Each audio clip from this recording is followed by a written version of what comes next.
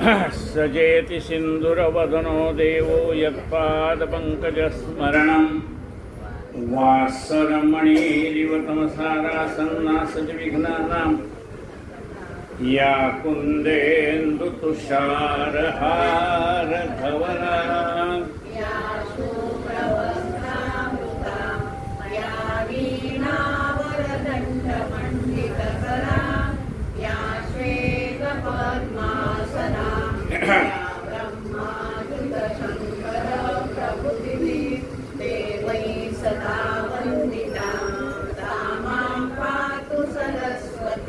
भगवती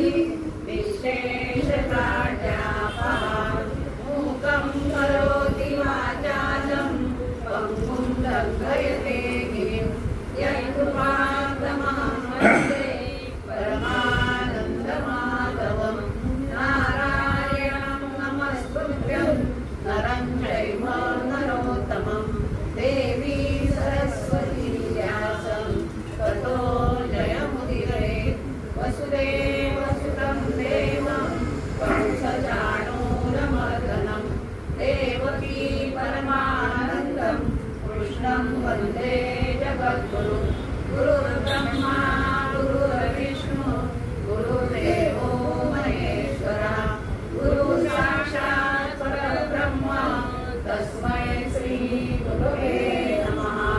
श्रोता वक्ता श्रीराम समर्थ। जय जय रघुवीर समर्थ। आपण आत्माराम या विषयावरती यथाशक्ती चिंतन करतो। अध्याय 4 सुरू आहे।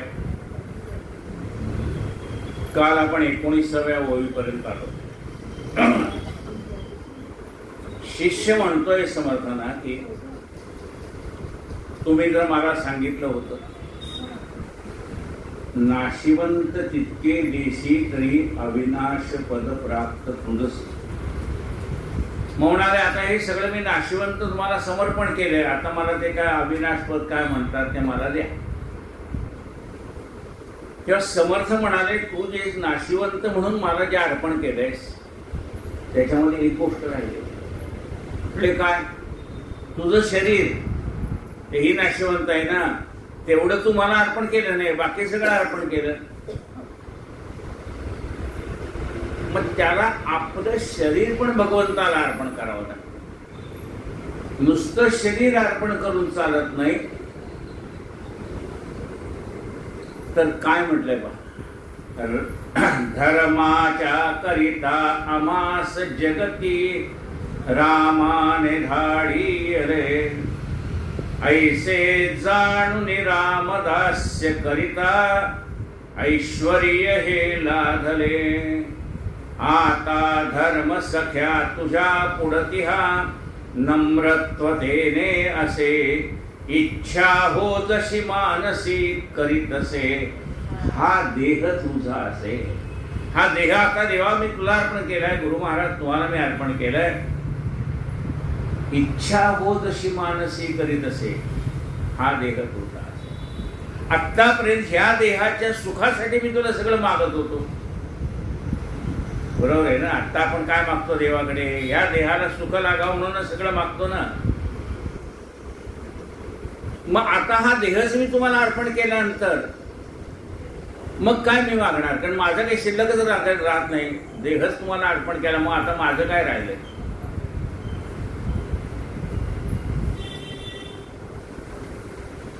इच्छा, मग आता काय कर तू, इच्छा हो जशी मानसी करीत असे। आता तुझ्या मनात असेल तसा ह्या देहाचा वापर कर। इच्छा हो जशी मानसी करीत असे, हा देह तुझा असे। आता मला माझी स्वतःची इच्छा काही राहिली नाही, आता तुझ्या इच्छेत माझी इच्छा। म्हणजे एवढं दिवस कळलं नाही का तुला, माझी इच्छा मागे राहिली नाही म्हणतो तुला, एवढं दिवस कळलं नाही। तुझ्या इच्छेसारखं काय घडत होतं जगात, आपल्या इच्छेसारखं जगात घडतं का।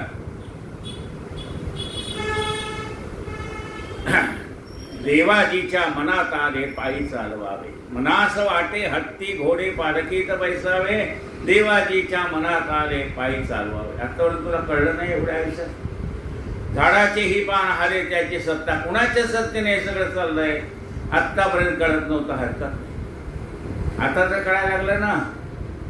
आता तुला स्वतःची इच्छा काही नाही. मग म्हणजे मी पण तेच सांगतो ना, आता मी माझा देह तुम्हाला अर्पण केला. आता मला माझ्या स्वतःची काही इच्छा नाही, तुमच्या इच्छेत माझी इच्छा आहे. याचा अर्थ तुम्ही जसं ठेवाल तसं मी राहीन. तुला याच्यापेक्षा सोपं व्यास सांगा ना, तुम्ही ठेवील तसं राहील. ठेविले अनंत तैसे की राहावे, चित्ती असू द्यावे समाधान. भगवंताला एकदा आपला देह अर्पण केल्यानंतर आपली स्वतःची इच्छा काय? त्याची इच्छा नेहमीच चांगली असते, हे पहिल्यांदा लक्षात घ्या. भगवंताची इच्छा हे आपल्या ह्या जीवाचं कल्याण करणारीच असते. पण आपल्या ह्या जीवाचं अकल्याण करणारच आपण मागत असतो देवाला. पण देव तसं देत नाही. आपण मागेल ते का देत नाही? तू पुष्कळ मागशील दे, पण याच्यात तुझं कल्याण नाही. म्हणजे असं कसं आपली वस्तू आपल्याला मागायला काय हरकत आहे असं आपल्याला वाटणार नाही. एकाकडे पाहुणे आले होते, त्यांनी लहान मुलाला बिस्किटाचा पुडा दिला. ते पोरग पाहुणे जायचीच वाट पाहत होतं. पाहुणे गेल्यावर आई म्हणजे इकडे ते बिस्किटाचा पुडा त्याने मागात केला. मी सगळे खाणारे बिस्किट. आईने त्याच्या हातात बिस्किटाचा पुडा काढून दिला. ते म्हणले बघ यांनी तुला दिला हे मला पण माहिती, पण मी अख्खा पुडा तुला आत्ता खाऊ देणार नाही. आत्ता सकाळी 2 बिस्किटं, दुपारी 2 बिस्किटं, संध्याकाळी 2 बिस्किटं असे दे. आपलंच आहे, पण देव देत नाही का? देव देतो. पण तुला ज्या वेळेला गरज आहे त्या वस्तूची त्यावेळेला मी देईन. परमेश्वर आपल्याला देत नाही का? देतो. पण ज्या वेळेला ज्या गोष्टीची गरज आहे ती गोष्ट तो देतो. म्हणून ठेविले आनंदे तैसेची राहावे, चित्ती असू द्यावे समाधान. जय जय रघुवीर समर्थ सुखा सारिखे. पूर्ण वैराग्य ज्याचे वसिष्ठा परिज्ञान योगेश्वराचे. कवी वाल्मिका सारिखा मान्यायसा. नमस्कार माझा सद्गुरु रामदासा. जय जय रघुवीर समर्थ. वेगळेपणे पाहो जाता मोक्ष न जोडे सर्वता. तू स्वतःला त्या भगवंताच्या स्वरूपापासून वेगळं समजू नकोस. जसं गणगण गणार्थ होते या शब्दाचा अर्थ काय की हे परब्रह्म तत्व तूच आहेस. तेव्हा तू बाकीच्या माणसं मोजताना जशी 10 माणसं आंघोळीला गेली आणि वरती आल्यानंतर त्यांनी मोजायला सुरुवात केली. हो 1 2 3 4 5 6 7 8 9. अरे एक बुडाला म्हणाली. जी सारखं मग ह्याची गडबड चालली. अरे बापरे, एक मनुष्य खरंच बुडाला. प्रत्येक जण मोजतोय 1 2 3 4 5 6 7 8 9. 10 माणसाने मोजलो 1 2 3 4 5 6 7 8 9 मोजतायत, 9 वरतायत. तेवढ्याच ठिकाणी एक शाणा मनुष्य आला. म्हणले काय रडारडी चालली तुमची? अहो म्हणले आम्ही 10 जण आलो होतो आंघोळीला, एक बुडाला म्हणाले. आम्ही प्रत्येकाने मोजून पाहिलं 1 2 3 4 5 6 7 8 9. 9 वरतायत म्हणाले. ते म्हणले तुम्हाला त्यात मोजलं का? म्हणले नाही मोजलं. मग तुम्हाला मोजून बघा. हा म्हणले आता आम्ही 10च्या 10. तू स्वतःला का वेगळा समजतोयस? तूही त्या भगवंताच्या स्वरूपाचाच एक अंश आहे, अवतार आहे. ममायवांश जीव लोके जीवभूत सनातन असं भगवंताने सांगितलंय. जो पंचभूताचा दास तयास माझे मायेमध्ये वास. भोगी नीच नव्या सावकाश पुनरावृत्ती श्रीराम. या पंचमहाभूतामध्ये जे आलेले आहे त्याला पुनरावृत्ती आहे. म्हणजे आपण हा देह पंचमहाभूतापासून तयार झाले. या पंचमहाभूतापासून तयार म्हणजे जे जे दिसतंय ना, आकाराला आले, नामरूप आहे, तेवढं सगळं हे मायेपासून झालेलं आहे आणि नाशवंत आहे. म्हणून या पंचमहाभूताचं काय म्हणतात का? जो पंचभूताचा दास तयास मायेमध्ये वास.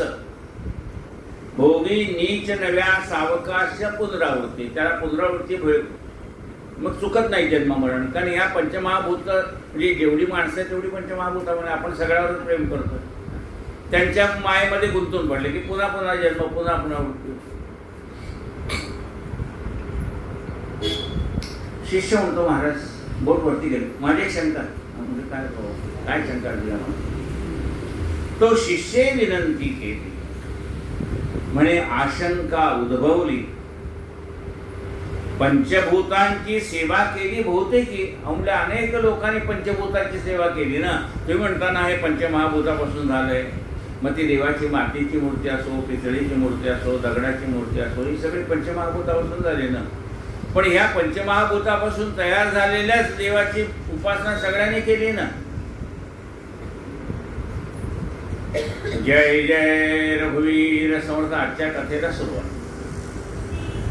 तो शिष्ये विनंती केली म्हणे आशंका उद्भवली, पंचभूतांची सेवा केली बहुतेकी श्रीराम. सकळ सृष्टीमध्ये जन साधू संत आणि सज्जन करती भूताचे भोजन, धातू पाषाण मूर्ती श्रीराम. अहो आम्ही संतांची पूजा केली काय म्हणा, साधूची पूजा केली काय म्हणा, ते पण पंचमहाभूतापासूनच तयार झालेत ना. आमचा देह जसा पंचमहाभूतापासून तयार झालाय तसे जेवढे संत सज्जन साधू संत आहेत ते सगळे पंचमहाभूतापासूनच तयार झालेत. या दगडाच्या मूर्ती असोत बघा, धातू पाषाण मूर्ती, त्याही पंचमहाभूतापासून झालेत. आम्ही आमच्या गुरुची सेवा करतो, आम्ही देवघरातल्या देवाची पूजा करतो. तुम्ही तर म्हणता पंचमहाभूतांची पूजा केल्यानंतर पुनरावृत्ती पुनरावृत्ती. मग आता मी काय करावं ते सांग. सकळ सृष्टीमध्ये जन साधू संत आणि सज्जन, हे सगळे पंचमहाभूतापासून झाले ना. साधू संत आणि सज्जन करीती भूताचे भजन, ते पण सगळ्यांची पूजा करतात ना. जे जे भेटे भूत ते ते माने भगवंत, माने जे भगवंत. मग ते काय जो जो मनुष्य दिसेल माऊली माऊली करून ते पण सगळ्यांच्या पाया पडतात ना. धातू पाषाण मूर्ती याही पंचमहाभूतापासून झाल्या. जे कोणी नित्यमुक्त झाले तेही धातू पूजन केले, तरी ते पुनरावृत्ती पावले किंवा नाही. आम्हाला सांगा म्हणाले, जे नित्यमुक्त झाले साधू संत सज्जन ते पण देवाची पूजा करतात ना. मग त्यांना पण पुनरावृत्ती आहे का नाही? ते साधू संत आहेत, ते पण या मूर्तींची पूजा करतायत. आम्ही पण मूर्तीची पूजा करतोय. आम्हाला पुनरावृत्ती आहे, मग त्यांना पुनरावृत्ती आहे का नाही सांगा. जे कोणी नित्यमुक्त झाले तेही धातू पूजन केले, तरी ते पुनरावृत्ती पावले किंवा नाही श्रीराम. समर्थाने तर तंजावरला गेल्यानंतर अंध माणसाला दृष्टी देऊन रामाच्या मूर्ती बनवून घेतल्या आणि शेवटी देह सोडताना रामाच्या मूर्तीकडे पाहत देह सोडला. 1603 दुर्मती पहा संवत्सरा अंतरे, माध्यान्नी शुभ मागवद्य नवमी या मंदवारांतरी. रामी आत्मनिवेदनी करिवपू सत्कीर्तिची ही ध्वजा, स्वानंदे सुख समाधी सज्जन गडी श्रीरामदासावदा. ऐसा शिष्याचा अंतर्भाव जाणोनी आनंदाला गुरुराव, म्हणे शीघ्रची हा अनुभव पावेला आता श्रीराम. गुरु चिडले का? नाही चिडले. गुरु म्हणले बरं झालं तुम्हाला विचारलं असते, मला आनंद झाला. प्रश्न केव्हा विचारला जाईल? जेव्हा एकाग्रपणे ऐकाल त्यावेळेला. ह्या का नाही ऐकत त्याकडे प्रश्न कुठले शिल्लक राहणार आहे का? जर शांतपणे तुम्ही ऐकलं तर तुमच्या मनामध्ये प्रश्न निर्माण होतील की हे बरोबर आहे का चूक आहे. ते ऐकून त्याच्यावर चिंतन केलं तर हे बरोबर आहे का चूक आहे कळेल.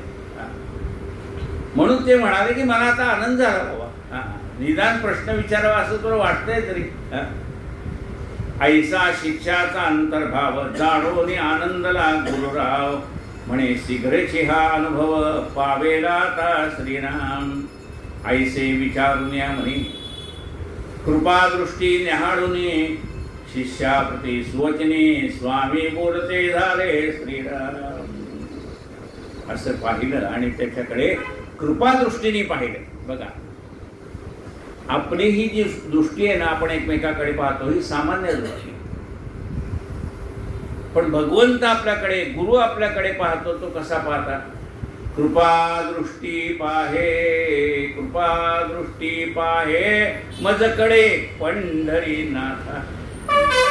त्या भगवंताने एकदा आपल्याकडे कृपा दृष्टीने पाहिलं की मग का होतं?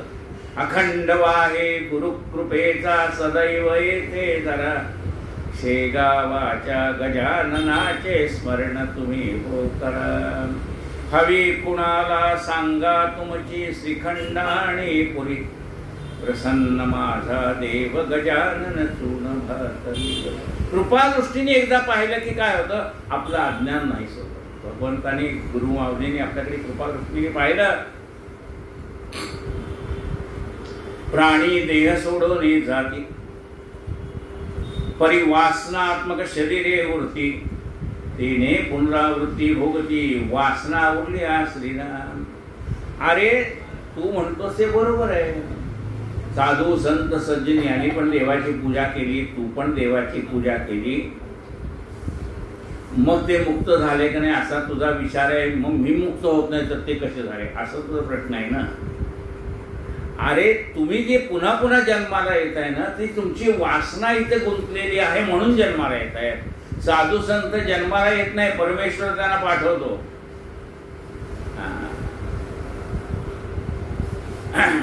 अवतार आम्हा धराया कारण,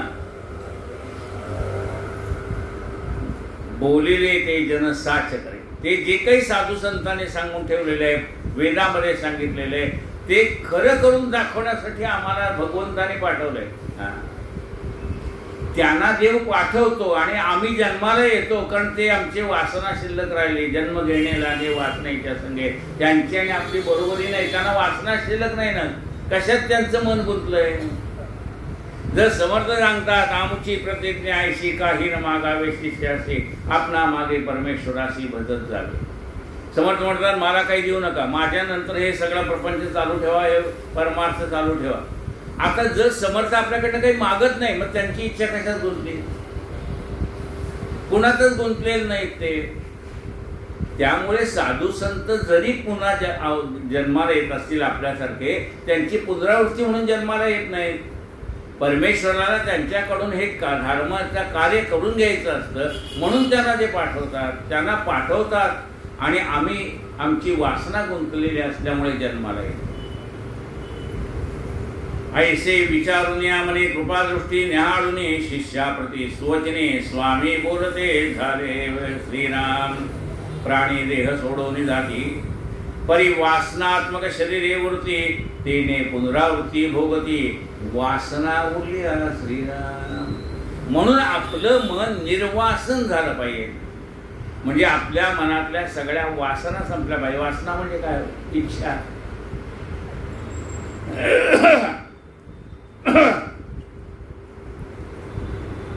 आपल्या इच्छा संपून गेल्या पाहिजे.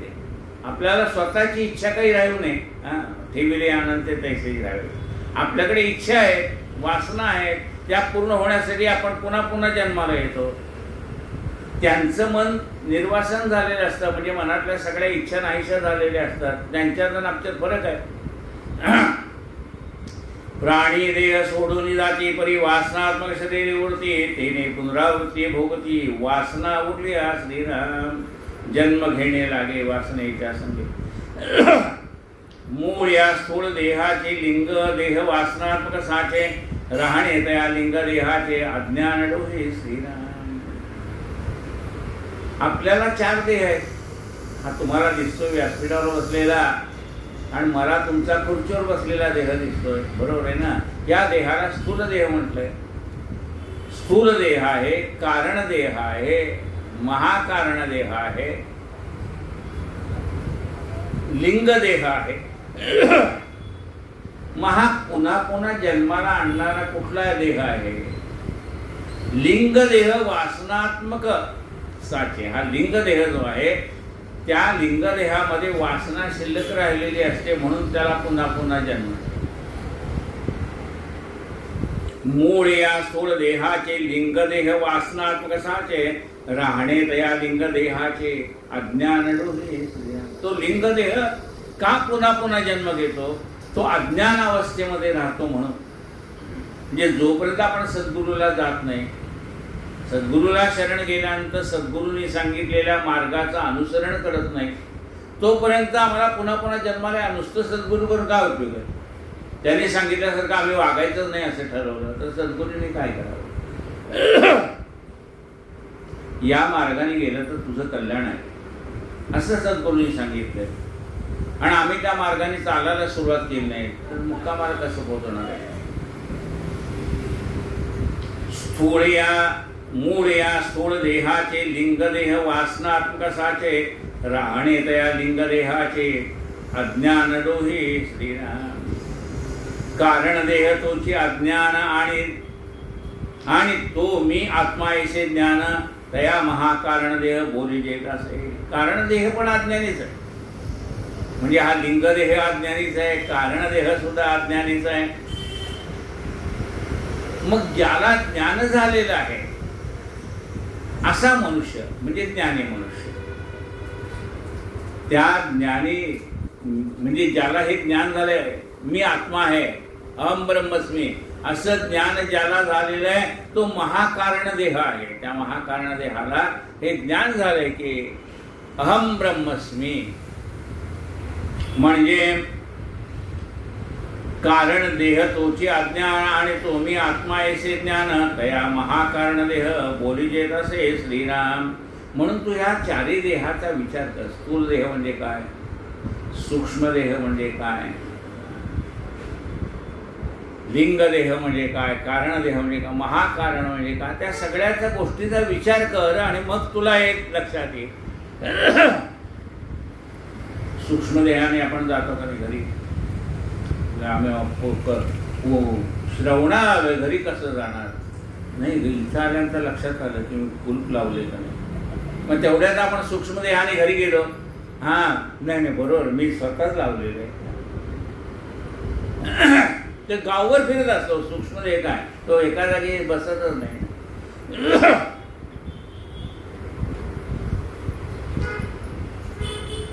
तरी मनाचा थारा तुटला म्हणजे भवसिंधू आटला, प्राणी निश्चितार्थे सुटला पुनरावृत्तीपासून श्रीराम. मनाचा थारा तुटला म्हणजे भवसिंधू आटला.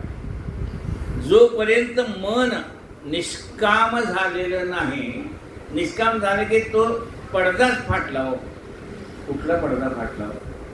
आमच्या खिडकीला दरवाजाला पडदे चांगले अहो तो फाटत नाही असे कपडे, तो नाही. मनाचा पडदा म्हणजे कसं, ज्याच्यावर सगळी चित्र दिसतात तो पडदा फाटला तर चित्र दिसेल का?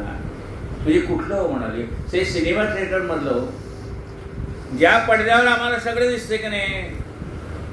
एखाद्या गावात पूर आला तरी दिसतोय, एखाद्या गावात घर जळली तरी दिसतंय, एखादा गाव पाण्यात बुडताना दिसतंय, सगळे चांगले उत्सव चाललेले दिसत आहेत, सगळे दिसते पडद्यावर. आनंदाचे क्षण दिसत आहेत, दुःखाचे क्षण दिसत आहेत. पण तो सिनेमातला जर पडदा फाटला तर दिसेल का? तसा हा मनाचा पडदा फाटला की संपलं, काही दिसणार नाही. काय म्हणतो, तरी मनाचा थारा तुटला म्हणजे भवसिंधू आटला, प्राणी निश्चितार्थे सुटला पुनरावृत्ती नाही. हे मनामध्ये ज्यांची ज्यांची चित्र सगळी साठवून ठेवले, आपण अल्बमच आहे तो मनामध्ये. हो, चांगल्या आणि वाईट गोष्टींचा सगळा तो अल्बम आहे. त्या सगळ्या सीडी डिलीट कराव्या लागतात तर मन स्वच्छ होतं ना. नवीन काही भरायचं आहे तर पहिलं सगळं काढून टाकायला पाहिजे ना, ते स्वच्छ करावं लागतं. तसं मन स्वच्छ करावं लागतं. मग ते मन स्वच्छ करायचं म्हणजे काय? निर्मळ करायचं.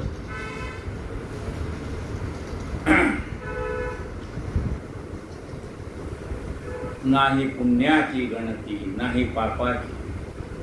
म्हणजे पापाची भीती नाही, पुण्याची गणती पण नाही. पापाची भीती का नाही? सद्गुरूच्या कृपेने ज्या ज्या गोष्टी म्हणजे मनाच्या श्लोकात सांगितलं, पाप कशाला म्हणतात ते, नको रे मना द्रव्य ते कोणीराचे. म्हणजे एकदा मनातनं पापाची वासना नाहीची झाली पुण्याची गणना करायचं सोडून दिलंय, म्हणजे पुण्य सोडलंय का? पुण्य सोडलेलं नाही, सत्कर्म करणं सोडलेलं नाही. पण मी सत्कर्म करतो हा जो अहंकार मनात आहे तो सुटलाय. पडिले वळण इंद्रिया सकळा, त्या इंद्रियाला जे वळण पडलेलं आहे चांगलं करायचं, ते इंद्रिय चांगलं करत राहणार आहे. वाईट करायचं बंद झालं हो, आता राहिलं ते चांगलं करायचं. मग ते चांगलं करायचं जी इंद्रियाला वळण लागलंय ना ते चांगलं करत राहील. पण मी चांगलं केलं हा जो भाव आतापर्यंत मनात येतो होता तो पण सुटला. तरी मनाचा तारा तुटला, म्हणजे भवसिंधू आटला. प्राणी निश्चितार्थे सुटला, पुनरावृत्तीपासून श्रीराम. श्रीकृष्ण गोविंद हरे मुरारे, हे नाथ नारायण वासुदेव. श्रीकृष्ण गोविंद हरे मुरारे, हे नाथ नारायण वासुदेव. श्रीकृष्ण गोविंद हरे मुरारे, हे नाथ नारायण वासुदेव. हे नाथ नारायण वासुदेव. हे नाथ नारायण वासुदेव. श्रीकृष्ण गोविंद हरे मुरारी, हे नाथ नारायण वासुदेव. गोपाल कृष्ण भगवान की जय. तरी मनाचा तारा तुटला,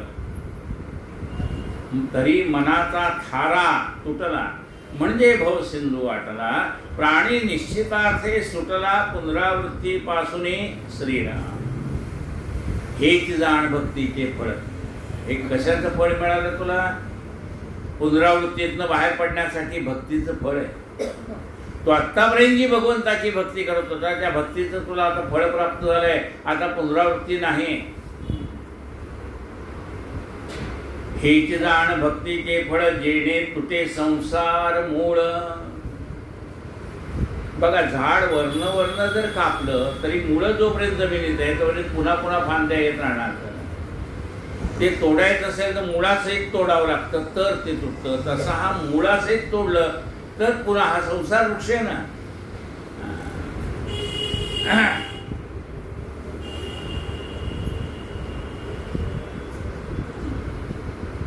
तो तुटावा लागतो. हेची जाण भक्तीचे फळ, जेणे तुटे संसार मूळ. संसाराचं मूळच तोडून टाकायचं. त्यामुळे पुन्हा पुन्हा जन्म, पुन्हा पुन्हा मरण नाही. निस्संग आणि निर्मळ आत्मा होईल. निस्संग झाला पाहिजे आणि मन निर्मळ झाला पाहिजे. निस्संग झालं पाहिजे म्हणजे मन कशात गुंतलं नाही पाहिजे. मन निर्मळ झालं पाहिजे म्हणजे वरातले सगळे वाईट विचार नाहीसे झाले पाहिजे. मग असं ज्याचं होईल तो या जन्म मृत्यूच्या फेऱ्यातून सुटेल. निस्संग आणि निर्मळ आत्मा होईजे स्वय. हा आत्मा जसा निस्संग आहे, निर्मळ आहे, तसं आपण त्या आत्म्यासारखं निस्संग आणि निर्मळ झालं पाहिजे. तरच त्याच्यात मिसळता येतं, नाहीतर मिसळता येत नाही. त्याच्यात मिसळायचं असेल त्याच्यासारखं व्हावं लागतं तर त्याच्यात मिसळता येईल. आत्मा म्हणून देखणी असं दिठी घालू जाता मोक्षाची तुटी. म्हणून उठावठी आत्मनिवेदन करावे श्रीराम. आत्मा म्हणून देखणी असं मिठी घाली जाता मोक्षाची तुटी. म्हणले आम्हाला आत्मा दाखवा असं जर तू म्हणशील तर मोक्ष हातात कसा येणार? एकदा तुला कळलं आत्मा कसा आहे, ते निस्संग आहे, निर्मळ आहे, निराकार आहे. नैनन छिंदन्ति शस्त्राणि नैनन धरती पावका नचैनन क्लेदेंता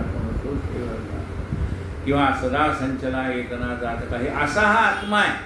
तो तुला एखादी वस्तू हातात घेऊन दाखवावी असा नाहीये. आत्मा म्हणून देखणी असं मिठी घालू जाता मोक्षाची तुटी. म्हणून उठाउठी आत्मनिवेदन करावे श्रीराम. ही नवी भक्ती, आत्मनिवेदन भक्ती. याचा अर्थ आपलं शरीर देवाला अर्पण करणं, आपलं मन देवाला अर्पण करणं. सुमन चांगलं मन, आणि न मन याचा अर्थ आता आपलं मन शिल्लक नाही, न मन. त्या भगवंताला नमस्कार केला की आपण स्वतः उरायचं नाही, तो आणि मी एकच आहे, देव आणि भक्त दुजा नाही विचार, म्हणून नमन आहे. सुमन झाल्यानंतर नमन आहे. आपलं मन आधी सुमन म्हणजे निर्मळ झालं पाहिजे. आत्मनिवेदन करावे श्रीराम, प्राप्त झाले अद्वैत ज्ञान, अभिन्नपणे जे विज्ञान, त्याची जाण आत्मनिवेदन, जेथे मी तू पण नाही श्रीराम. प्राप्त झाले अद्वैत ज्ञान. आत्तापर्यंत आपण द्वैतामध्ये होतो अज्ञान अवस्था असल्यामुळे, आता अद्वैत ज्ञान झालं, तो आणि आपण एकच आहे. जगामध्ये या परमात्मा तत्वाशिवाय काही नाही, आणि आपणही त्याचाच अंश असल्यामुळे आपणही त्याच्यापासून वेगळे नाही. हे अद्वैत तत्वज्ञान आपल्याला प्राप्त झालं. प्राप्त झाले अद्वैत ज्ञान, अभिन्नपणे जे विज्ञान, आणि त्यामुळे काय झालं, विज्ञान प्राप्त झालं म्हणजे विशेष ज्ञान प्राप्त झालं की त्याच्यात आणि माझ्यात काही फरक नाही, अभिन्न आहे.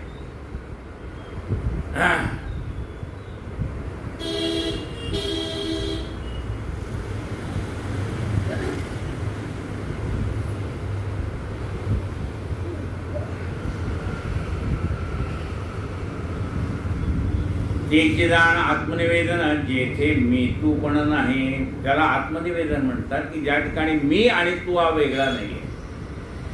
जसं आपण सांगितलं ना, एक तर तो राहतो नाही तर आपण राहतो, एक तर मी राहील नाही तर तो राहील, आपला मीपणा गेल्यानंतर तोच शिल्लक राहतोय.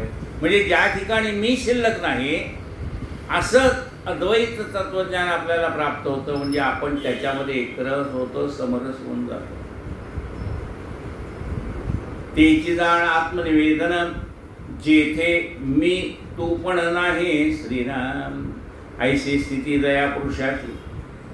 असे ते संत सज्जन आहेत, त्या पदाला आपल्याला जायचं आहे, बरोबर का नाही. हिमालय चढून जायचं आहे असं म्हटलं तर दुर्गाडी चढून जाऊ, बरोबर आहे ना. त्यावेळेस दुर्गाडी चढले, पुढच्या वेळेला याच्यापेक्षा उंच डोकं चढला, त्याच्या वेळेला पुढचं चढला, असं करत करत प्रत्येक जन्मामध्ये थोडं थोडं थोडं थोडं वरच्या पायात जायचंय ना.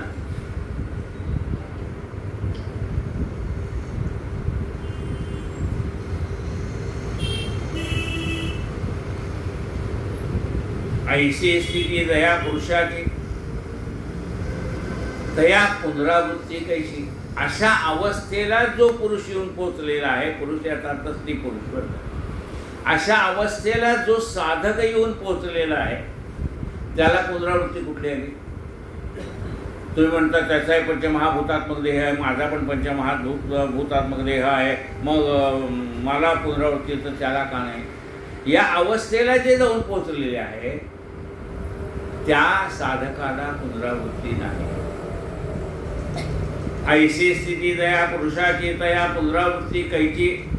जाणून भक्ती केली दासाची, आवडी देवास अत्यंत. जाणून भक्ती केली,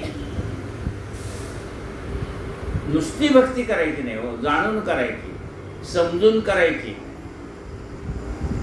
मी या सगुण स्वरूपाची उपासना करतो, पण या सगुणाकडून मला निर्गुणाकडे जायचंय.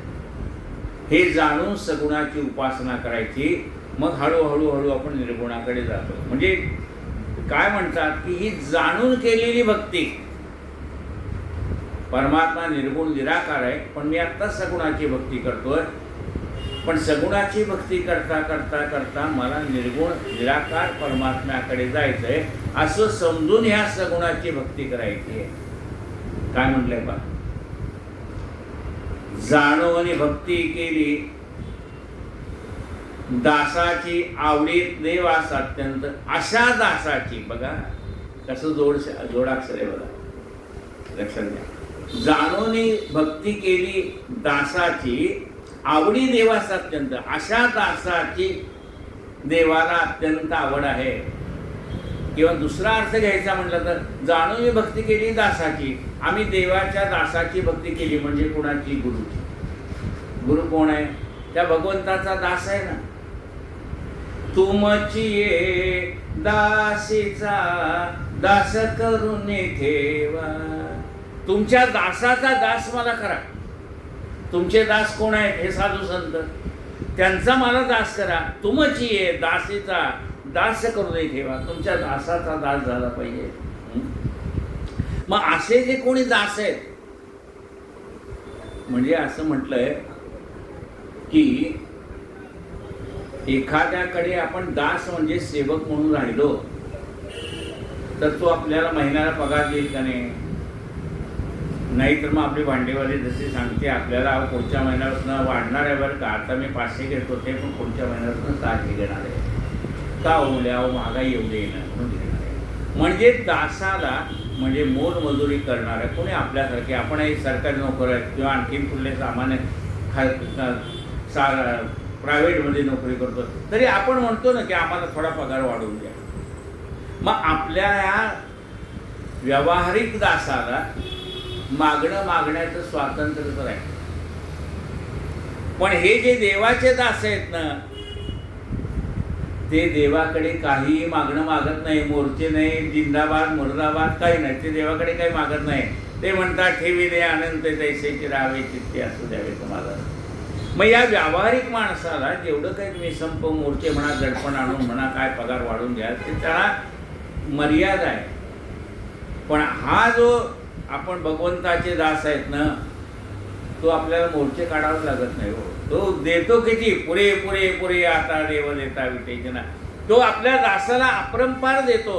काय नको म्हटलं तरी देतो. ताकीताला आवी तो मागे देव दाताचे दाता. म्हणून असं म्हटलंय की जाणून भक्ती केली दासाची आवडी देवास अत्यंत. अशा दासाची देवाला अत्यंत आवड आहे. म्हणजे देवाला काय आवडेल तसं आपल्याला व्हायचं का नाही? आपल्याला काय आवडेल ते आपल्याला माहिती आहे, पण देवाला काय आवडतं ते म्हणजे देवाला कोणती माणसं आवडतात? म्हणजे चांगली भरजरी वेश घातलेले, मेकअप करून आलेले, अमुक तमुक दागदागिने घातलेले असे भक्त देवाला आवडतात का? म्हणजे नाही.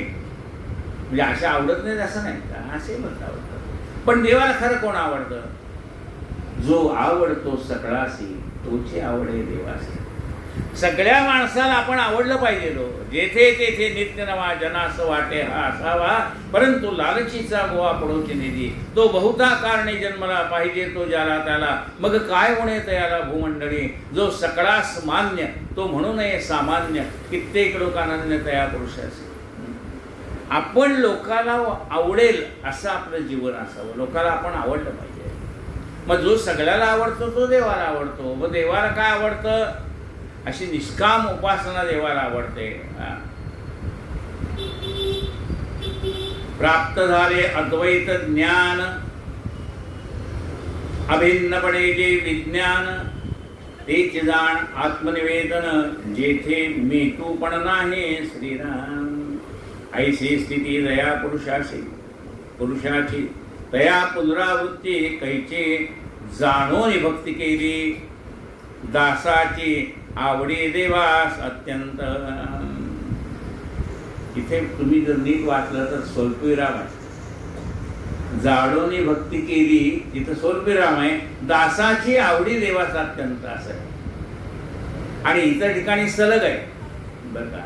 तेची जाण आत्मनिवेदन याच्यामध्ये स्वल्पविराम नाही, ते ओळ पूर्ण आहे. इथे स्वल्पविराम आहे. जाणून भक्ती केली स्वल्पविराम, दासाची आवडी देवास अत्यंत.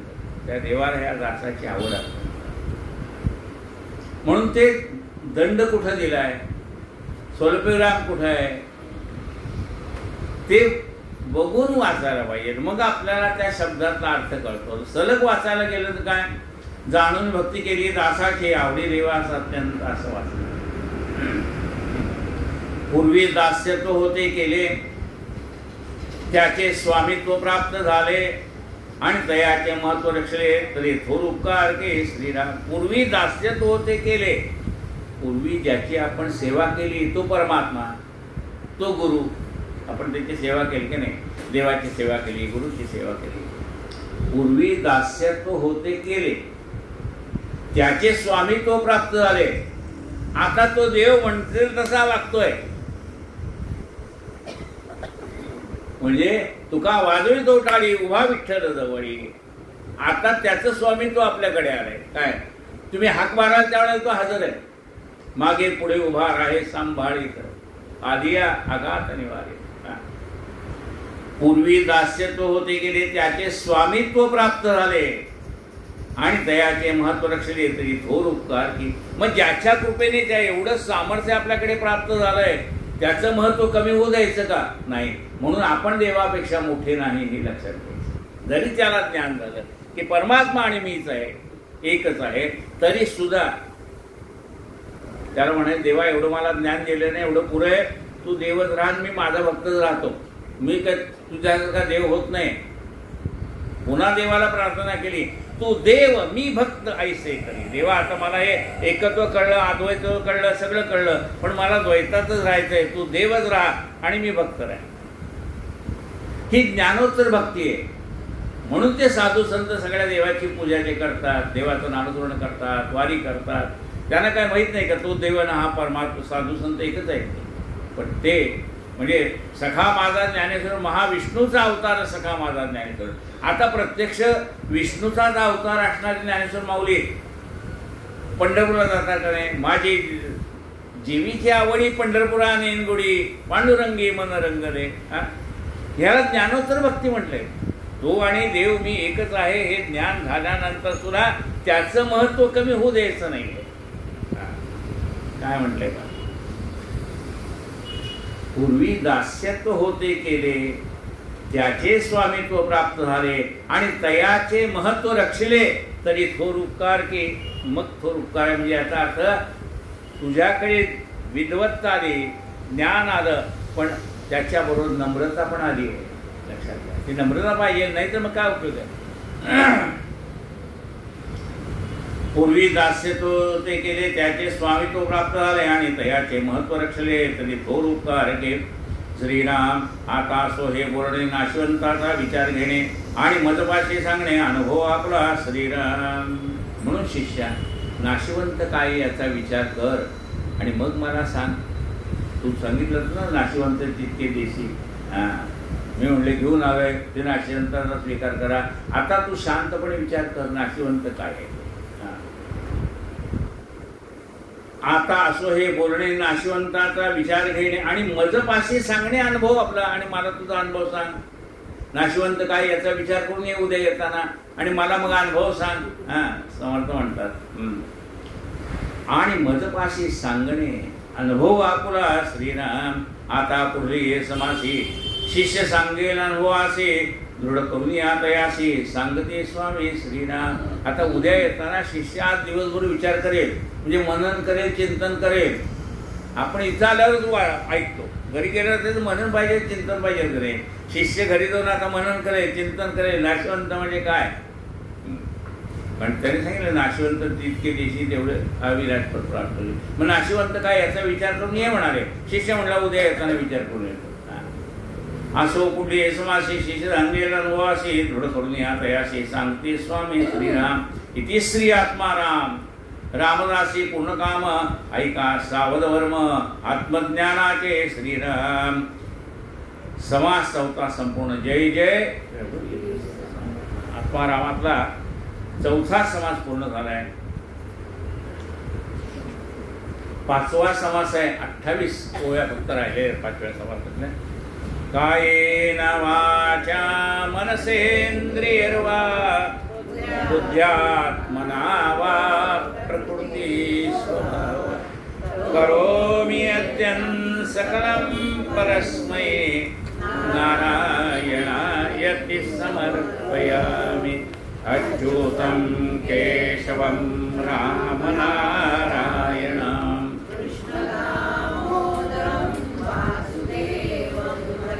श्रीधरं माधवं गोपिकावल्लभं जानकीनायकं रामचन्द्रं भजे.